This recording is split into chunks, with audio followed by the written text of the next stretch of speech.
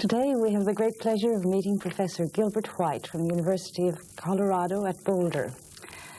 Gilbert is one of America's most famous, internationally renowned geographers and has played a leading role in the profession for at least 40 years.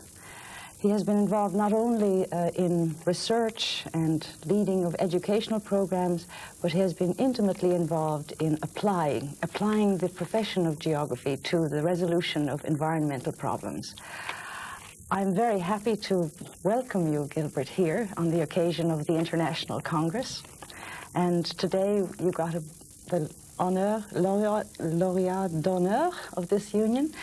I think it must be a good meeting for you, because in it I see expressed many of the things that you have been advocating for years. So I'd like to ask you a little about your background, what led you to geography, and where did this interest in environmental problems come from? I suspect the path that led me to geography was somewhere between a ranch at the base of the Bighorn Mountains in Wyoming, where I worked as a boy in the summers, and the University of Chicago community, where I lived during the rest of the year. In the Wyoming ranch, I learned about irrigation water and grasshopper scourges and late spring snowstorms and the whole problem of making wise use of resources. And I entered the University of Chicago as a student at a time when it was very much alive with people who were concerned with ecological problems. These would be what years now? I entered as a freshman in 1928, and I stayed on as a graduate student until 34. At that time, Chicago was a leader in the burgeoning field of ecology. Yes. There was Coles in botany and Ali in zoology. The sociologists were developing the first field of urban ecology. And in the geography department, we had Harlan Barrows as one who was a leader in conservation activity, Charles Colby, who was first talking about centrifugal and centripetal forces in urban life, Henry Lepard on English port sides, and Griffith Taylor had just arrived from Australia and was the butt of a lot of criticism and discussion as to what was the relevance of geography. And I walked into this as a young man, and I found it something that combined my interest in the field with, that is literally in the field, with my interest in the discipline. That was a tremendous pantheon of stars that were collected there. It was. Yes, but it was unique, wasn't it? I mean, most of American geography in the late 20s and 30s were out surveying and mapping, and Chicago was advocating this ecological and functional approach. Not entirely. Wellington Jones was very much the field mapper, and there were others. But Chicago had this, I think, unique ecological view as an institution rather than just as a department.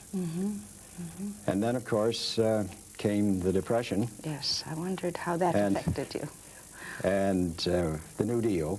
Yes. And Barrows went to Washington to work with the New Deal on the Mississippi River Committee and said, why don't you come along, work with me for 6 weeks, and then you can go back and finish your doctor's dissertation.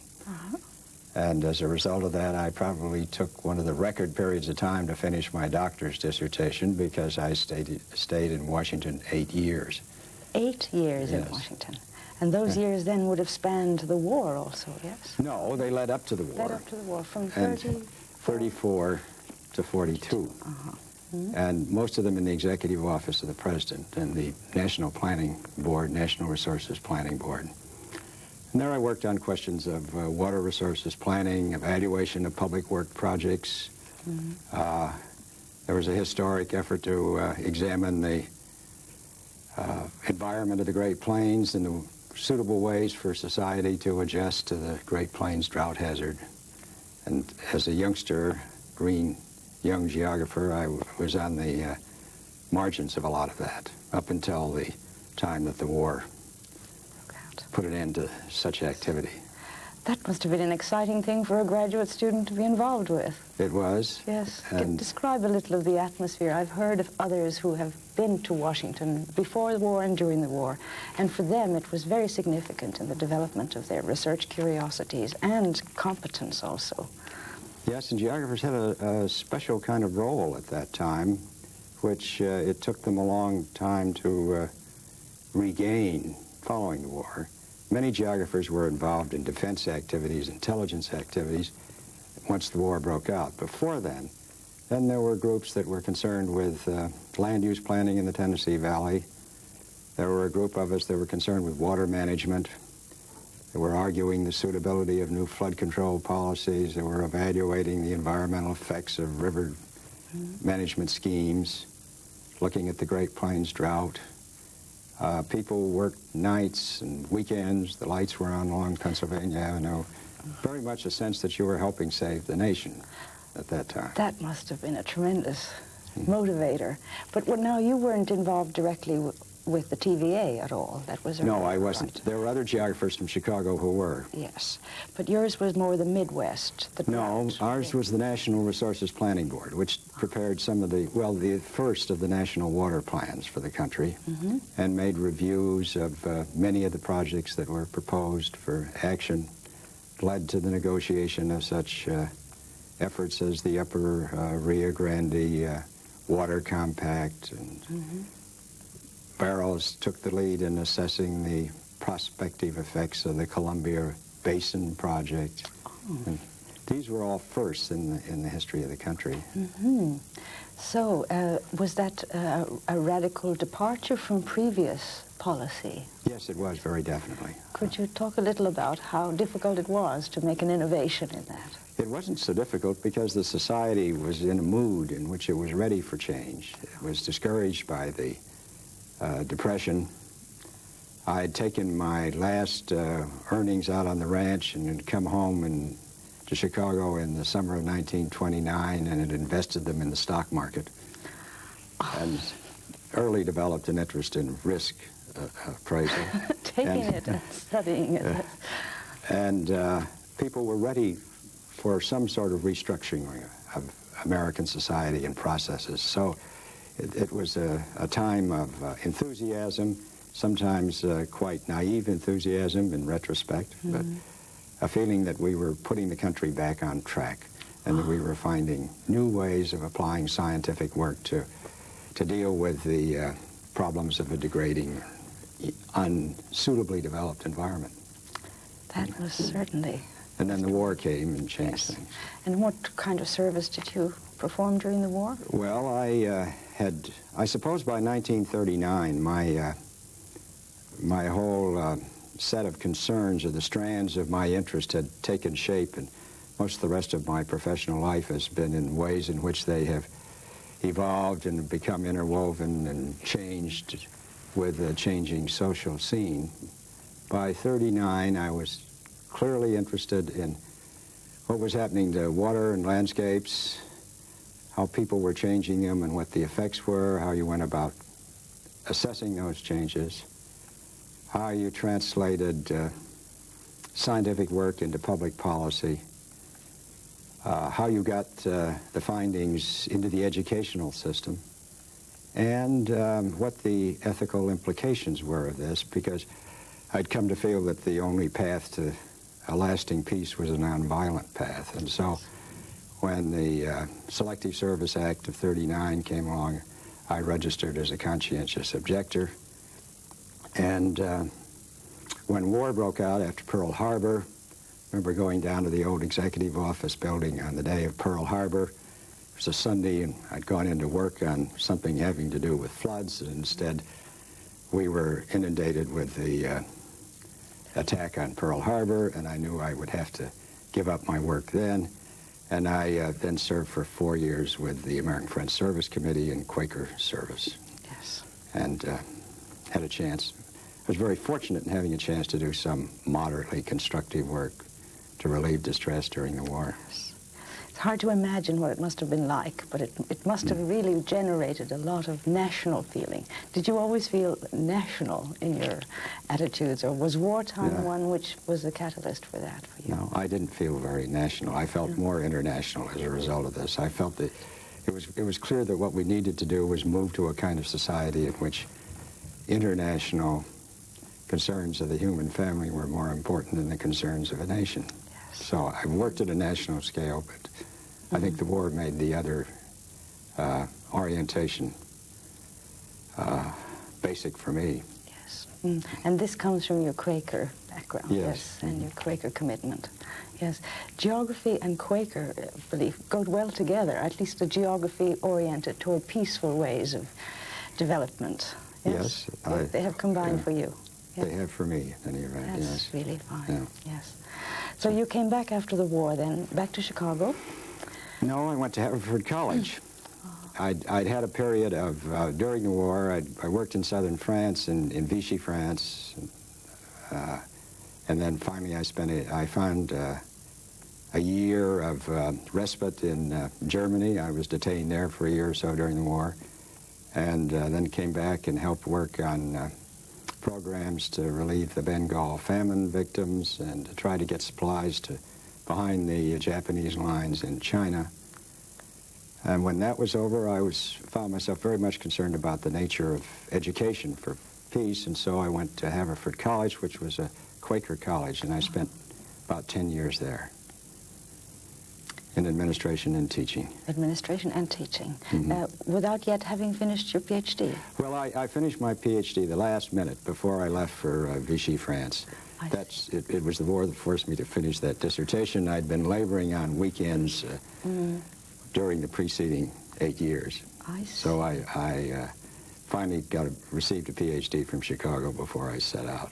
I see, yes. Because my first association with you was on the high school geography project. Yes. I think. It was long before I knew about the environmental activities. Yes, so was that came later, I suppose. The high school geography project didn't come until the 60s. Oh, we can take that up later then, maybe in the 50s now. What was your first major plan when you went back to Chicago? Well, I'd done a little work. I tried to keep my hand in on geography while I was at Haverford by teaching and by participating in some of the national activities. I was on the President's Water Resources Policy Commission, and the old Hoover Commission took a fresh look at resource management in the United States, and I had a bit of a hand in those efforts. And then when I went back to Chicago, I was interested in doing something that had been on my mind for a good many years. A number of us had been opposed to the Flood Control Act of 1936, which had offered federal support for flood control activities in streams around the country, and had been very much encouraged by the dramatic and disastrous experience of the big floods of 1936. I'd written my dissertation on problems of use of floodplains, and I began wondering, what effect did the Act have on the use of floodplains in the United States? And was fortunate in getting a little research help to get a team of geographers to go out and look at American floodplains and sample areas and find out what had happened. And in the course of doing this, we found that the effects had been, by and large, counterproductive, which was a great surprise to most of the engineers who've been working on flood control projects, and which then set in motion a whole set of further inquiries which were necessary to try to explain this very simple phenomenon, that what people had undertaken to do in controlling, mastering floods had led to greater flood damage in the United States. And so we had an interesting menu of problems that were raised by this simple-minded kind of question as to what's happened. One of them was, how do people make decisions about dealing with a resource? And that led to a series of later inquiries into decision-making and resource management. decision-making at the local level by people or by local managerial? At all levels. At all levels. What about river basin authorities? How do they make decisions? How do communities make decisions? And then Anne and my wife and I and David Bradley from the University of Oxford at that time, or Haverford College, joined in looking at what we thought was the most elementary decision people make about resources around the world, which is where do they go and get how much water each day? Because about 60% of the world's people carry water every day. And we undertook in East Africa sample sites to ask, how do these people make these decisions and what are the consequences in terms of their energy, their time, their health, their sense of well-being, which was, we thought, one way of getting at the whole problem of decision-making by looking at an ubiquitous and very elementary kind. We got involved in asking how do people perceive a hazard? How do they evaluate risk? And that led me over time to work with economists, social psychologists, and it led to quite an interesting IGU enterprise under the Commission on Environmental Problems, which was a comparative study by geographers around the world of how people perceive and respond to and cope with hazards in nature that I think had a considerable influence on the way people thought about hazard problems in a variety of landscapes. That was a radical departure from the traditional view that only the expert can know how to handle a large system like a river valley. You actually felt it was worthwhile finding out how people perceived problems, hazards, and so on. And we didn't know very much about how to do it at that time, and it led to a lot of experimentation in methods of analyzing, trying to understand perceptions, measuring them, which has gone on and is now much more sophisticated than when we began. Yes, yes. In fact, the whole, what we call the hazards direction in perception research was certainly more as productive as any and more keen to use the results for problem solving than other directions within the perception movement, yes. So at the national level, within U.S., you have been involved mainly with resources, and particularly hydrological resources. Yes, particularly water resources. Yes, yes. And it's led to some changes in U.S. policy.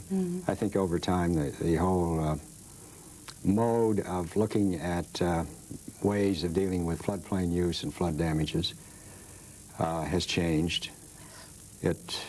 It was a good many years, but finally the Bureau of the Budget in the United States brought forth a new policy for dealing with flood damages in the United States, which involved geographers, hydrologists, engineers, public administrators, as all should properly be involved.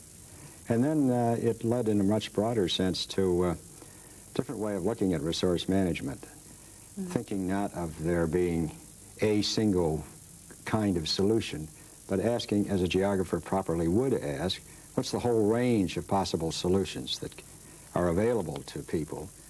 How do they go about understanding what the range is, if they do, and what affects their choice? And I would say that around the world today, certainly a key movement in water management has been a movement away from project-directed analysis in the first instance to analysis of the range of options, and then an effort to compare those options in terms of the full range of their effects. And geographers have contributed to that. The whole notion of alternatives in water management is now kind of taken for granted, but in the 60s and early 70s was highly controversial. Yes, yes, I gather. But you moved, or maybe you never were confined to the national scale in your efforts, but you moved very much into international cooperative endeavors in the 60s, late 60s, early 70s. Yes, well, even earlier, because I had been involved in the Great Plains analyses. And after the Second World War, UNESCO was formed, and it began the first of its international scientific programs, which happened to deal with arid lands. The Arid Zone project of UNESCO was really the precursor a whole set of international scientific collaborative efforts, and I was mixed up in that because of my earlier interest in drought, Great Plains, Wyoming, drylands, and so on. And I had a hand in the formulation of those early arid zone activities and worked with the geographers in a number of other countries, from Australia, from Israel, and so on. Within the framework of UNESCO. Of UNESCO. Yes. And that was, I think, what first piqued my interest in the possibility of expanding on an international scale the interests which had developed at a national and local level. And I suppose that's continued ever since. And was involved in my thinking that IGU ought to try to move to tackle resource problems in an international kind of framework. How long did it take you to convince the IGU of that? I don't know. I don't think it took very long. It took a long time to have enough sense to know what to propose. That was Okay. But when was a commission established? It was established in the 60s. 60s, yes. That was my impression. But Gerasimov took over as chairman when I stopped on that. I see. So, but you were the initiator of the... I think I was the first one. Yes. And did you manage to get did you get representatives from various parts of the world, or was it mainly steered from Euro-American bases? No, we were concerned to get other sorts of participation, and we did in the hazards work. And another project that we carried out for IGU was, I think, one of the first looks at environmental effects of complex river development. In which we brought together geographers from East Africa, from the Soviet Union, from Asia, all asking the same kind of question and coming out with different sorts of methods and answers. So, no, I think the geographers, by and large, responded quite positively to that kind of approach. But you see, Gilbert, what's unique about your record is that your group actually found a way of understanding each other, a language in which each of them felt they could make their contribution. What's the secret? You know how it is with international groups. Often there are a few who dominate and the others follow and so on. But you seem to have managed to get that going, where the non-Western felt as much at home with the project as a whole as the Western. You don't have any clues as to what the secret was. Was it good leadership? I think if you have a basic belief in the capacity of the human race, the good of individuals, you can evoke a great deal of cooperation. Very good. Very well. You certainly have shown the signs of that. Tell me, you also created new international groups. Was SCOPE, wasn't that your idea, or was it? No, I don't think SCOPE was my idea. I helped develop it in the early days, and incidentally, another geographer, Ian Burton, was on the group that first suggested SCOPE, representing our IGU commission. I certainly wasn't the prime developer of SCOPE, but I did have a hand in carrying it forward, and I was president of it for half a dozen years, and involved a good many geographers in SCOPE activities, which were always international, always interdisciplinary, and always involved some problem which was considered of global significance. Yes. And we had geographers mixed up in studies of what are the human environmental effects of building artificial lakes, on which I'd worked as a consultant for the UNDP, asking what are the consequences of big dams on the Volta and the Nile and so on. We brought geographers in, and they did some of the very earliest work on assessment of environmental risk, on assessment of the effects of climate change, on the environmental aspects of urban housing development. In all of those, geographers had a role under SCOPE, but it was never exclusively a geographic enterprise. No. The important thing was to have people from different disciplines work together. Yes, and that was again a miracle, to get people from different specialties to work together. They worked very well. Yes. Our mutual friend Bob Cates, I asked him the same question, and I think his view is that if you have a shared sense of problem, that it's solving the problem which is the bond, not the discipline or the method or anything. Yeah. And a sense that the problem is a truly important problem, and that what one has to contribute is of probable, not always certain, significance in the welfare of the people involved.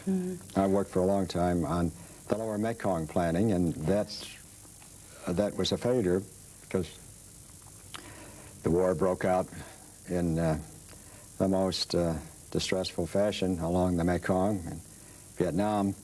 But the people who were working at the time were very much carried away by or I should say inspired by the notion that working together on the Mekong might be an alternative to battling.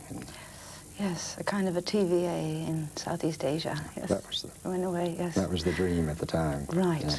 But you must feel very pleased in the sense that all of these ideas, these beginnings, have now suddenly orchestrated into a big international global change research decade coming up. Does that make you? I don't know that what some of us did had a direct relationship to the present flourishing of concern about global change, because I think that comes basically from growing recognition by people that what the human race has been doing to the great environmental systems has now attained a scale that equals the natural scale, and perhaps exceeds it. And as people become aware of that, then they become more ready to deal in a thoughtful, inquiring fashion with what the processes are by which this is taking place, and what the possible modes of action are to cope with it. That's what's inherent, I believe, in the IGBP today. Yes. As you listen to the statements that have been made at this meeting and the reports that are coming out, what are your hopes for that global change decade? And what are your cautions? You have had experience with international projects, heavily funded. Expertise emerges, and maybe one doesn't want to see the problem go away. Well, it's, yes. Perhaps it's easier to enumerate some of the cautions than the opportunities, but one of the cautions is that both disciplines and institutions tend to look on such a program as a way of advancing their own administrative or career purposes. And one can't avoid that. One has to find a way of harnessing this and directing it so that it contributes to a more constructive end. Another is that I think there's a tendency to exaggerate likely results or the character of a threat, and sometimes this backfires. Yes. I think we have to be careful about what we say we think is going to happen on the global scene, but that doesn't mean we shouldn't be very sensitive to trying to understand as best we can what is happening and what might happen. But the opportunity, I think, is that perhaps for the first time, this may be an extreme statement that you'll correct me on, and as perhaps for the first time the human race is seeing in the modern era the existence of a problem which is truly a global problem, and which it's not going to be able to solve except by global collaboration. I suppose the other such problem, the one that has also interested me very much, is kind of an outgrowth of the whole scope effort and the environmental movement, is the interest that we've had in the environmental consequences of nuclear war, which in the most dramatic, severe mode puts the issue of the capacity of us people to destroy ourselves or our future. But at a less dramatic level, I think we're seeing now the kind of a dawn of a global conscience. And you certainly have done your bit to bring that kind of a conscience about.